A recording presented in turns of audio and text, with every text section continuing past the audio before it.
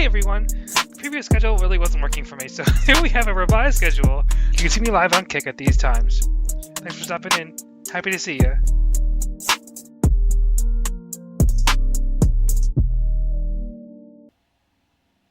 There we go.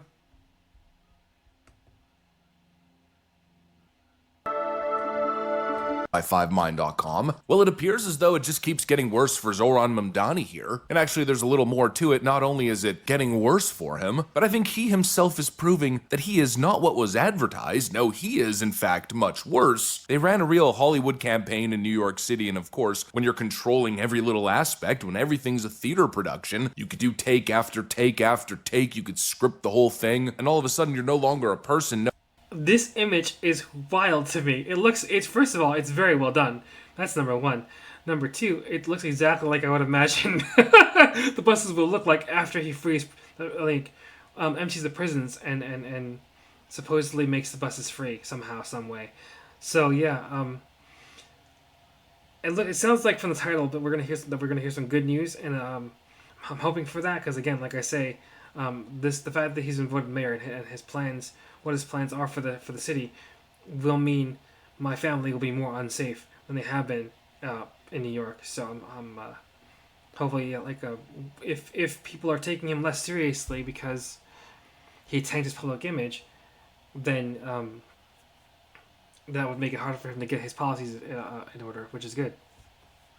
Oh, you're a character. And I gotta tell you, if you're a leftoid, if you're a socialist, Zohran looked like an absolutely fantastic product the way they presented him, but now comes getting the job done and being a smug trust fund brat who pretends as if he knows everything about everything. Well, that's easy. Being a successful mayor of America's biggest city, well, that's a whole different thing now, isn't it? That takes a completely different skill set. Or rather, an actual skill set. And it appears as if Zohran Mamdani just isn't living up to the hype, folks. He doesn't have the goods. No, it's just a massive train wreck since Election Day. First off, the collapse of the Zohran mirage, all his false promises from the campaign falling apart, and now this disaster of a media tour. It's just absolute humiliation after absolute humiliation. I guess as reality is not only hitting Zohran in the face real quick, but all of his voters and supporters as well. Yeah, you're really getting what you vote for here. Let me show you guys possibly the dumbest thing said in political podcast history. We got some stuff to get into, so let's roll the tape. Alright folks, so the new face of the Democrat Party. This is the biggest talent that they've produced from a grassroots level. This is the next generation of left-wing leadership. Just take a look at his genius insight here on Trevor Noah's podcast. The buses.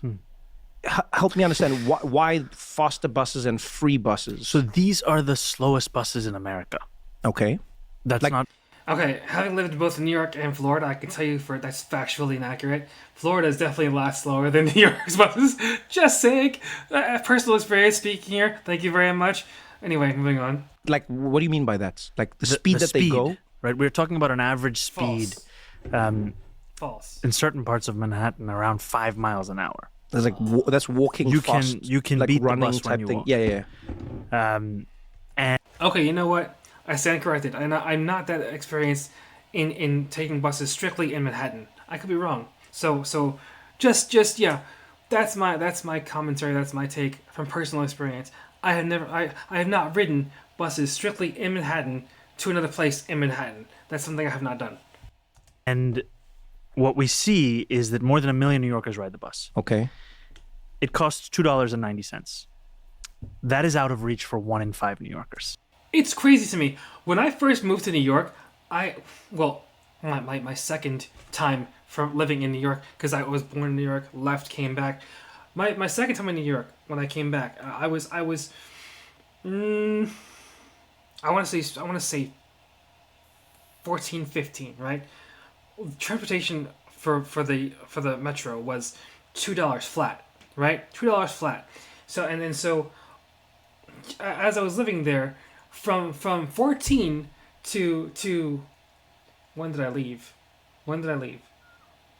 Like 33. I watched the buses slowly and surely, or the metro, all the public transportation slowly go from $2 flat per ride to $2.25, $2.50, and now we're at $2.90. Like, the buses, the services haven't gotten better. In fact, you see the degradation over the years, or I have, of the lack of care of the infrastructure for the trains and buses, just not being taken care of. So the services are actively getting worse while the services are getting more expensive. Make that make sense. Make that make sense. Wow. So when you make the bus free, you not only provide economic relief, where you ensure that it's universally accessible, you also actually make it safer. Right. We did sure. this at the state legislature. I've been a state assembly member for a few years. Yeah. And I worked with Mike Gianaris, a state senator. We made 5 bus routes free in New York City. When we made those bus routes free after a year, assaults on bus drivers dropped by 38.9%. On the bus drivers? On the bus drivers. Because unlike the train, the act of fare collection on the bus happens on the bus. Yeah. It's their job, And bus drivers and unions have shared anecdotally that about 50% of assaults happen around the fare box. So when you eliminate the fare box, you make for a safe... Well, if we're talking about assaults on a bus driver, of course they happen around the fare box. That's where the bus driver sits. The fare box is right next to the freaking bus driver's seat. Whatever, just moving on. For experience for the bus driver, for everyone on the bus. Yeah. And again, just speaking to the whole acting thing, if you watch that clip, they did a great job acting as if that was the most insightful thing ever spoken. I mean, look at Trevor Noah, the look on his face. Oh, it's such deep, insightful policy. Wow, the logic, the rationale, the studies. What an absolute academic genius Zohran Mamdani is. He's gonna save us from this white supremacist shithole that we now live in because of all the bus fare boxes. I don't know, probably some racial narrative relating to incarceration. It's the white man's fare box. They're acting like they're listening to the modern Socrates, but this is not some profound, deep policy analysis. It's really not. No, this is absolute idiocy. I mean, by his logic, 100% of bank robberies happen in banks. Well, I guess that's justification now for dismantling capitalism. 100% of car accidents happen on the road. Well, better get the TNT and start obliterating America's roadways. Based on my analysis, robberies would go down 100% if we simply eliminated money and personal possessions. What is this guy even talking about? This is the level of analysis coming from the greatest young talent in the Democrat Party. It's insane. Instead of saying, hey, maybe we should be arresting people who are assaulting bus drivers, they're saying, hey, let's just give them free stuff so they don't violently desecrate our societal harmony. Let's totally surrender the basic expectation of having to pay for a service because of these crackheads and delinquents who throw punches over $2. I'm just gonna say it, if you're part of this political side, we cannot be friends, we cannot coexist, we don't share the same value system. No, I want to live in a society that has a basic expectation that you as a citizen are going to conduct yourself in a decent, productive, and non-violent manner. And is that really such a difficult standard after all? No, it's not. Most people can meet that standard no problem. Those who prove to you that they repeatedly can't, well, those people belong in prison or in mental asylums. You see, that's actually the core of the problem. The no cash bail, the revolving door of injustice in these big woke cities. That's the reason why these bus drivers are getting assaulted, because these leftoid politicians keep letting again the degenerates and the crackheads right back onto the streets to continuously reoffend. They keep putting them back onto the streets over and over and over again until one of them murders an innocent Ukrainian girl for no frickin' reason, and now they want to gaslight us into taking more of your tax dollars so they can make public transit free, because apparently that's going to stop this epidemic of violence against bus drivers. It's the dumbest thing I've heard all week, maybe all month, maybe all year. But in a way, it's nothing new. This has been the left-wing mode of thinking for a while now. Violent, deranged sociopaths, criminals, predators should be given everything for free, and that'll make society a safer place. Just give the criminals free reign, and there you go. It's like a magic trick. It just works. But don't you see some cracks in the foundation of that logic? Nobody for even a second stops to ask what happens when you build a system that rewards aggression and seemingly on the flip side punishes the rule of law, punishes the people that are doing things the right way? What happens when you send that message? Well, the left seems to think that it creates a white picket fence suburb like AOC told us, but we've seen this before. The exact opposite is true. They're going to unleash a wave of terror and crime unlike we've ever seen. mean? Zohran tells you free buses will make the trains peaceful and harmonious, but what's probably going to happen is more something along the lines of the meme of the day that I showed you earlier. Total anarchy. A total free-for-all. Especially considering the fact that the free bus program is going to be operating in this criminal environment the Democrats have allowed to fester. You know, it's really not complicated stuff. You look at the cleanest public transit and subway systems. Take Singapore, for instance. What makes it so peaceful and harmonious? Well, it's the enforcement of law. It's the public safety policies that they set in place. I'm not saying we should be as hardcore as Singapore on crime, but what I am saying is that that's obviously the solution. Soviet-style free train carts, not exactly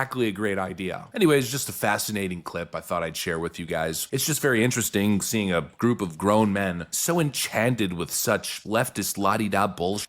There's something so peculiar about it, and I can't put my finger on whether it's naivete or they know exactly what they're doing. They know it's bullshit and they're just playing the game, weaving the spell. I don't know what it is, but it's certainly fascinating, I'll tell you that. And it's certainly, again, one of the dumbest things I've ever heard. Zohran Mamdani continues to show the world he's an absolute chump. But I guess in a way that's a good thing, because this is what the Democrats got. This is the future of the party. This AOC Ilhan Omar, it's an absolute disaster, and it continues to play in front of us in real time. Anyways, that's pretty much what I got for you guys. Thanks for watching, and I'll see you on the next one.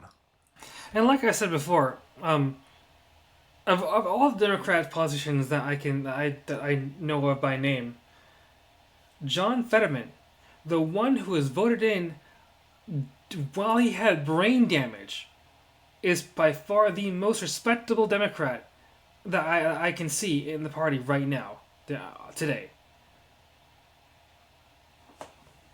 Anyway, that's the video. Liberal Hivemind. Link will be in the description, of course, just as usual. And yeah, the goings on of New York is very personal to me, because again, I used to live there for most of my life, and my family lives there currently, or some of my family anyway, and I am concerned for their safety. So, fingers crossed, everything turns out okay. Like, subscribe, and follow me on these platforms. And remember to think critically.